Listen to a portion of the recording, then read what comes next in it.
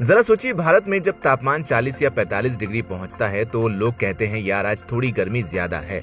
Cooler या AC चलाकर काम चल जाता है। लेकिन इस वक्त यूरोप में जब पारा 40 से 43 डिग्री के आसपास पहुंच चुका है तो वहां हाहाकार मची हुई है। सड़कें पिघल रही हैं, ट्राम की पटरियां मुड़ रही हैं और अब तक सैकड़ों लोगों की जान जा चुकी है। WHO के मुताबिक इस हीट वेव से लाखों लोग अफेक्टेड हैं। लेकिन आखिर ऐसा क्यों है? 45 डिग्री झेलने वाले हम भारतीय सोच रहे हैं कि भाई 40 डिग्री में यूरोप का ये हाल क्यों हो गया? क्या वहां की गर्मी हमारी गर्मी से अलग है? चलिए आज के इस वीडियो में इसी का पूरा सच जान लेते हैं। सबसे पहले समझते हैं कि यूरोप में अचानक इतनी आग क्यों बरस रही है।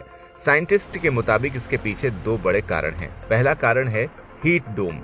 ये एक ऐसी कंडीशन है जहां हाई प्रेशर का मौसम गर्म हवा को एक जगह पर लॉक या कैद कर देता है, जिससे वो इलाका ओवन की तरह तपने लगता है। दूसरा कारण है सहारा की हवाएं। अफ्रीका के सहारा रेगिस्तान से बेहद गर्म और सूखी हवाएं यूरोप की तरफ आ रही हैं। तीसरी और सबसे बड़ी वजह है क्लाइमेट चेंज। इंसानी गलतियों की वजह से ग्लोबल वार्मिंग इतनी बढ़ चुकी है कि यूरोप में जून के महीने में फ्रांस, जर्मनी और पोलैंड जैसे देशों में गर्मी के सारे रिकॉर्ड टूट गए हैं। अब आपके मन में सवाल आ रहा होगा कि भारत में तो 47 डिग्री में भी सड़कें नहीं पिघलती, तो यूरोप में 40 डिग्री में ही रोड और ट्रेन की पटरियां क्यों जवाब दे रही हैं? इसका जवाब है इंफ्रास्ट्रक्चर डिजाइन। यूरोप को हमेशा ठंड से बचने के लिए बनाया गया था, गर्मी से नहीं। वहां की सड़कों को बनाने में जिस डामर या कोलतार का इस्तेमाल होता है वो कम तापमान के हिसाब से डिजाइन होता है ताकि कड़कड़ाती ठंड में उसमें दरारें ना पड़ें। लेकिन जैसे ही तापमान 40 डिग्री पार करता है ये डामर झेल नहीं पाता और पिघलने लगता है। ठीक ऐसा ही रेल की पटरियों के साथ होता है। भारत में रेलवे ट्रैक को इस तरह बिछाया जाता है कि वो फैलने यानी एक्सपेंशन के लिए जगह रखें, क्योंकि हमारे यहाँ गर्मी नॉर्मल है, लेकिन यूरोप में पटरियां ठंडे मौसम के हिसाब से कसी होती हैं, इसलिए तेज गर्मी में वो फैलकर टेढ़ी मेढ़ी हो जाती हैं।